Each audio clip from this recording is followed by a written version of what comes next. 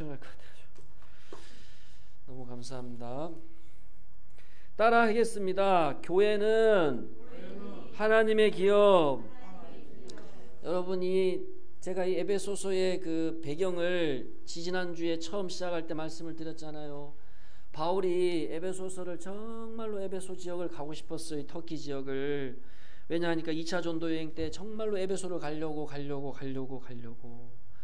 근데 하나님이 그때마다 막으셨어요.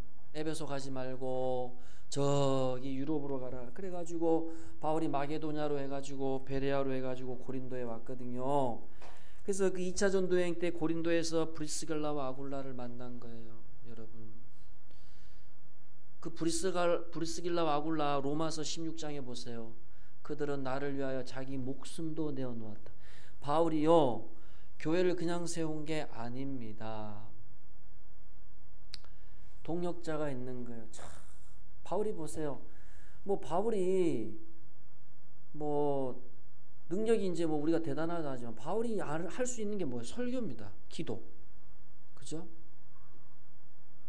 그러면은 성도들이 바울이 설교 사역, 기도 사역을 잘할 수 있도록 받쳐줘야 되는 거예요, 사실은.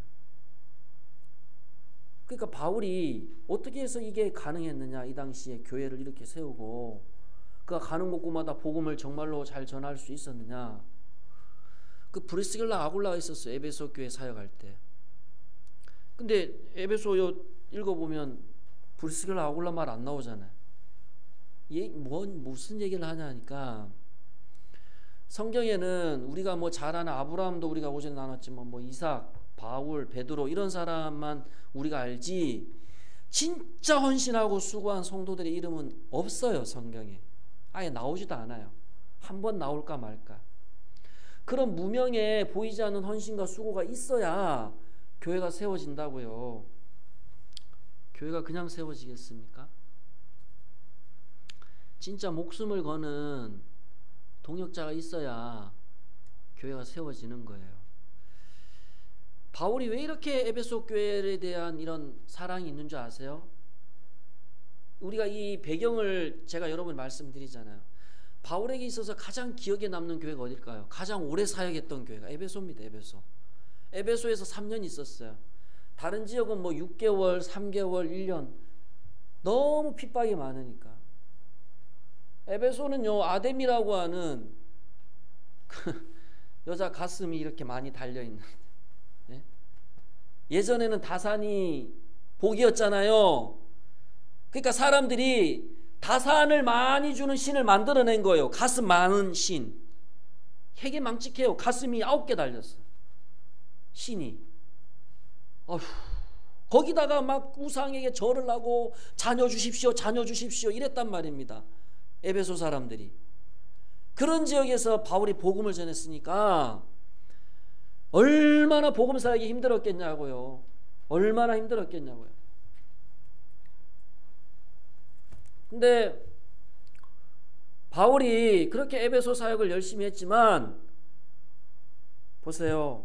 3년 끝나갈 때 핍박이 너무 심해서 바울이 야밤 도주를 했습니다. 야밤 도주. 정말로 우리가 교회를 위해서 살면 이게 잘 되는 것도 있겠지만 오히려 핍박이 온다고요. 핍박. 교회를 세우려고 하면. 근데 그거를 우리가 믿음으로, 성령 충만함으로 잘 이겨내면 하나님께서 은혜를 주시는 거예요. 나중에 이 에베소를 누가 사역을 하느냐, 바울이 가고 나서 디모데가, 그 청년 때부터 바울이 이렇게 양육했던 디모데가 와서 온단 말이에요. 누군가는 교회를 하나님이 사역자를 다 보낸단 말입니다. 근데 바울이 에베소서에서 말하는 요지가 뭐죠? 예정이라고, 예정. 이 에베소 교회 성도들이 얼마나 교회를 사랑하는지 모릅니다, 여러분. 교회를 정말로 사랑한다고요. 그 바울이 11절에 보면 모든 일을 그의 뜻의 결정대로 일하시는 이의 계획을 따라 다 하나님이 계획하셨고 하나님의 뜻대로 하나님의 예정 속에서 그 안에서 예수 안에서 우리가 기업이 되었다. 여러분들 한 사람 한 사람을 하나님이 예수님을 이 땅에 오게 하셔서 죽게 하셔서 그 피로 여러분을 속량해서 구원해내서 기업이 됐다. 기업이 뭘까요? 성경에 땅이잖아요. 땅. 구약의 기업은 땅입니다. 그 땅이 신약에 와서 그 기업이 뭐가 됐을까요? 구원이 됐습니다. 영생이 됐습니다. 유산이란 뜻이에요. 유산. 부모님 돌아가실 때 자녀에게 주는 유산, 상속자, 기업이 그런 뜻이에요. 근데 오늘 본문에 보니까 그 유산, 상속, 그게 누구라고요? 우리가 예수 안에서 기업이 되었다. 이야, 우리가 그만큼 소중한 은혜를 입었단 말입니다. 그만큼 하나님이 여러분들을 소중히 여기셨다는 겁니다. 소중히. 얼마나 소중히 여기셨으면 자기의 기업이 되겠다. 자기의 기업.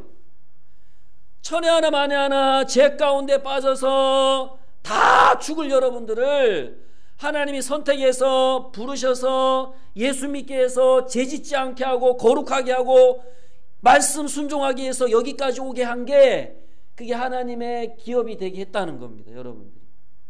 여러분들이 하나님 선택 안 하고 구원 안 받았으면 지금 우리가 어떻게 됐겠습니까? 제가 어떻게 됐겠습니까? 여러분 어떻게 됐겠습니까? 그만큼 우리는 하나님의 은혜를 받은 사람들이에요. 그만큼 하나님께서 헌신하고 수고해서 우리를 기업으로 만들어 주셨다는 겁니다. 우리 공로가 아무것도 없는 거예요. 우리 공로가, 우리 자랑이 아무것도 없는 거예요. 여러분, 우리를 기업 만드신 분이 우리가 기업이 된 거예요. 하나님이 자기 뜻대로 결정대로 계획해서 예정 속에서 우리를 기업으로 만드신 거예요. 우리가 뭐 밖에 사람들보다 더 잘나서 더 은혜로워서 더 헌신도가 많아서가 아닙니다. 하나님의 예정 속에서 우리를 기업 만드신 거예요. 바울이 그 에베소 지역에 많은 사람들이 있잖아요. 근데 유일하게 하나님의 기업된 사람은 이 에베소 서신을 읽는 이 소수의 성도들, 이 성도들이었다는 거예요. 이 성도들. 그 에베소 지역에 다가 아니고 에베소 지역에 하나님의 뜻대로 예정을 입어서 불러주신 그 사람들, 그 사람이 기업이 되었다는 겁니다. 왜 하나님이 저와 여러분을 하나님의 자녀로 구원받은 백성으로 기업이 되게 하셨느냐? 12절에 보니까 이는 우리가 그리스도 안에서 전부터 바라던 그의 영광의 찬송이 되게 하려 하십니다. 찬송, 영광. 우리가 살아가는 목적이 하나님이 되는 것이죠. 우리가 사는 이유가 하나님이 기뻐하는 삶이 되는, 이거는 앞전에도 말씀을 드렸습니다. 여기 유대 그리스도인들도 있었고 헬라 그리스도인들도 있었어요. 율법밖에 모르는 유대주의자들, 자기밖에 몰라. 얼마나 똑똑한 척하는지, 얼마나 똑똑한 척하는지, 얼마나 본인들이 신앙이 좋은 척하는지. 이 유대 그리스도인들, 헬라인들 아직도 옛된 본성을 못 버렸어요. 옛된 본성. 이 헬라 그리스도인들은 술 마시고 자기 쾌락대로 놀고 먹으려고 하는 게 아직도 있는 사람들이에요.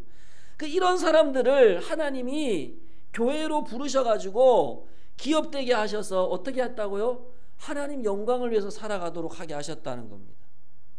이 엄청난 은혜 아니겠어요, 여러분? 이 엄청난 은혜입니다. 우리가 뭔데 하나님의 영광이 됩니까, 여러분? 우리가 뭔데 하나님의 찬송이 됩니까? 그러니 우리가 교회를 생각할 때 가장 교회의 발목을 잡는 것, 내 공로, 내 의, 내 자랑. 정말로 여러분 조심하셔야 됩니다. 우리가 수고해서 노력해서 여러분 교회 세웠다고 생각하세요? 그런 사람들의 특징, 감사가 없습니다. 절대 감사 없어요. 교회 생각하면 감사가 없더라고요. 와, 참 대단해. 어떻게 감사가 없을까?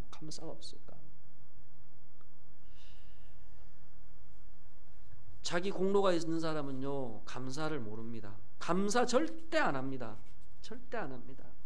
소중함을 몰라요. 소중함을 모른다고요. 다 뭐 내가 노력해서 세웠지, 우리가 뭐 돈 줘서 이렇게 됐지, 다 계산으로 교회를 생각한다고요. 은혜가 어디 있습니까?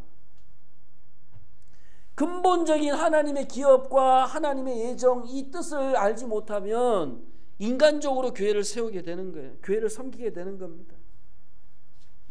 무슨 감사가 있겠습니까? 무슨 하나님의 영광이겠어요? 여러분 진짜 돈을 벌든, 여러분이 뭐 자녀들을 키우든, 직장 생활을 하든, 그 모든 목적이 하나님 영광에 있어요? 정말이세요? 있냐고요? 이거 인위적으로 되겠습니까? 이게 인위적으로 되겠냐고요? 이게 내가 노력한다고 되겠습니까? 돈 버는 이유가 내가 지금 먹고 살아야 되는데 무슨 하나님 영광이에요? 안 그렇습니까?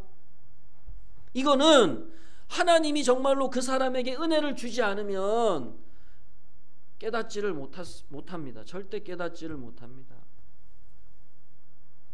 목사인 저도 마찬가지죠, 여러분. 안 그렇습니까? 목사라고 교회를 뭐 사랑하겠어요? 하나님 은혜를 줘야 교회를 사랑하지. 여러분 정말로 교회에 오면 사랑이 넘치고 그냥 은혜가 넘치고 감사가 넘치세요?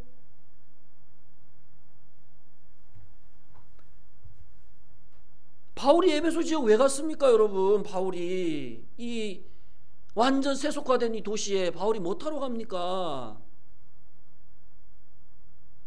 그것도 하나님의 예정 속에 있는 거예요. 바울이 떠났잖아요, 핍박 때문에. 하나님이 디모데를 또 보내. 야, 이 에베소 교회 얼마나 하나님이 사랑하시는지. 그 감사 은혜를 에베소 교회 성도들은 알고 있는 겁니다. 엄청난 거예요.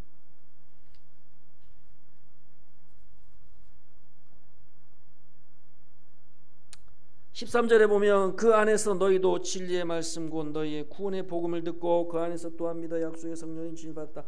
우리가 기업이 되었고 하나님 영광을 위해 산다. 그러면 교회에 모인 성도들의 특징이 뭘까요? 복음을 듣는 사람들입니다. 복음을 듣는다는 건 뭐냐면, 자, 여러분 안에, 이건 제 얘기가 아니에요. 여러분 안에 성령님이 다 계세요. 그럼 목사는 뭐냐? 말씀을 쟤는 가르쳐주고 하나님의 말씀을 대언해 주는 것밖에 없어. 깨닫게 하시는 분은 성령님이시죠. 인친다는 게 뭐냐 하면, 우리 보통 보면 무슨 아주 중요한 선물에다가 도장을 찍잖아요. 거기 이렇게 종이 붙여가지고 인을 친다는, 딱 도장 찍어요. 그걸 찢지 못하도록. 봉함이다, 봉함. 밀봉한다 그러죠. 그게 인이거든요. 그럼 우리 각자가 성령의 인치심을 받았다네. 성령이 다 도장을 찍었어요, 여러분들에게. 하나님의 자녀라는. 그런 사람들은요, 복음을 들을 수밖에 없어요. 복음이 뭡니까? 기쁨의 소식이죠. 이 기쁨의 소식이 들립니다. 예수 그리스도의 말씀이 들리기 시작하는 거야. 깨달아지고 순종하고 믿어지기 시작합니다. 이게 내가 성령의 인침을 받은 사람들의 특징이에요. 이게 교회 성도들의 특징입니다. 교회 다니는 성도들이라고 한다면 반드시 복음이 들려요. 성령이 역사를 합니다. 믿어집니다. 여러분 말씀 들으면 믿어지십니까? 이게 교회 성도들의 특징이에요. 저와 여러분들은 이 하나님의 말씀을 듣고 읽는 가운데에 믿어지는 은혜가 있죠. 성령님께서 우리 안에서 역사하심으로 깨닫는 은혜가 있다는 겁니다. 이거는 안 믿는 사람에게는 성령님이 없습니다, 여러분. 안 믿는 사람에게는 성령님이 안 계세요. 성령님이 내 안에서 깨달음을 주신다고요. 알게 하신다고요. 내가 힘들 때 나에게 위로를 주시기도 하시고, 내가 하나님 말씀을 따라갈 때 믿음을 주시기도 하시고, 또 내가 잘못된 길로 가면 그쪽으로 가면 안 된다 책망하시기도 하시고, 그렇게 성령께서 우리 안에서 역사를 하신다는 겁니다. 바울은 이 에베소 교회 성도들이 예전에는 율법 믿고 자기 마음대로 살았던 사람들이었어요. 그런데 하나님이 예정하셔서 불러주셔서 성령이 계시니 자기들 스스로 복음을 듣고 깨닫게 되는 은혜가 있게 된 겁니다. 여러분 각자에게 성령님이 계십니다. 성령님이 여러분 안에 믿음을 주시고 말씀을 깨닫게 하시고 말씀대로 순종할 수 있는 은혜를 주시더라는 겁니다. 여러분 이게 은혜 아니겠어요? 아무것도 모르고 하나님이고 성령님이고 아무것도 모르고 세상 사람들처럼 살았던 이 에베소 교회 성도들이 그 세속화되어진 그 에베소 지역에서 자기 안에 역사하시는 그 성령님, 그 들리는 복음을 들으면서 이들이 서로가 얼마나 위로하고 격려하면서 신앙 안에서 살아갔겠냔 말이에요.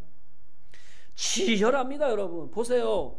에베소 지역 자체가 완전 이거는 세속화되어 있기 때문에 진짜 이거는 내가 죽지 않으면 상대방을 죽여야 되는 거예요. 얼마나 에베소 교회 성도들의 신앙이 뜨거웠는지 몰라요. 그게 사도행전에 나와요. 바울이 이제 3차 전도회 마치고 예루살렘 교회 갈 때 에베소 지역 잠깐 들리거든요. 거기에서 바울이 이 장로들과 성도들과 같이 끌어안고 울면서 그 유명한 말씀을 고백하는, 나의 달려갈 길, 주께서 나의 주신 사명을 나는 이루려 하면은 나의 생명을 조금도 귀한 것으로 여기지 아니하노라. 이게 에베소 교회 성도들과 이렇게 만나면서 고백되어진 말씀이에요. 그 성도들이 뭐라 그러냐니까 바울에게 그냥 막 가지 말고 그냥 우리하고 그냥 여기 있자고 그냥 주저앉아가지고, 근데 나는 목숨을 이미 하나님 앞에 드렸기 때문에 가야 된다고. 예루살렘 교회 가서 내가 죽을지언정 나는 가야 된다고. 사명을 따라 가야 된다. 야, 대단하지 않습니까? 여러분들은 하나님이 세우신 교회 안에 성도들의 모임이고 하나님의 기업입니다. 그리고 하나님의 영광과 찬송이 되게 하신 분들이라는 사실, 그리고 복음을 날마다 듣게 하시고 깨닫게 하시고 성령의 능력으로 여러분들의 신앙을 계속해서 하나님이 세워가게 하신다는 것이죠. 그리고 마지막으로 14절에 보면 이는 우리 기업의 보증이 되사 그 얻으신 것을 속량하시고 그의 영광을 찬송하게 하려 합니다. 이 12절의 말씀의 반복입니다. 반복. 왜 우리를 속량했느냐, 구원했느냐, 왜 우리를 하나님의 기업으로 만드셨느냐. 저 세상에 많고 많은 사람, 죄 가운데 빠져 죽어갈 인생, 아무것도 하나님과 상관없이 살아갈 사람, 복음이 무엇이며 은혜가 무엇이며 성령이 무엇인지 모르고 그냥 살다 죽을 우리를 왜 하나님께서 속량하셨고 하나님의 기업으로 만들어 주셨느냐. 하나님의 영광을 위해서 살아가도록. 여러분의 살아가는 목적이 하나님 영광이 되셔야 됩니다. 정말로 하나님이 기뻐하시는 삶을 살아가시기 바랍니다. 돈을 벌든 운전을 하든 직장에서 일을 하든 어떤 일을 하든지 간에 하나님이 기뻐하시는 삶, 하나님을 위해서 살아가는 삶을 살아가시는 여러분들이 되셔야 됩니다. 우리 이곳교회가 그런 성도들의 모임이라는 거예요. 그런 성도들. 다시 한번 이 교회는 너무 소중한 곳입니다. 예수님의 그 죽으심으로 피로 값주고 여러분 한 사람 한 사람을 다 사셨습니다. 그것을 귀하게 생각하시고 나부터 그런 하나님의 소중한 기업이라는 생각을 잊어버리지 마시고 여러분의 살아가는 목적이 하나님 영광이 되시기를 주님의 이름으로 축복합니다. 기도하겠습니다.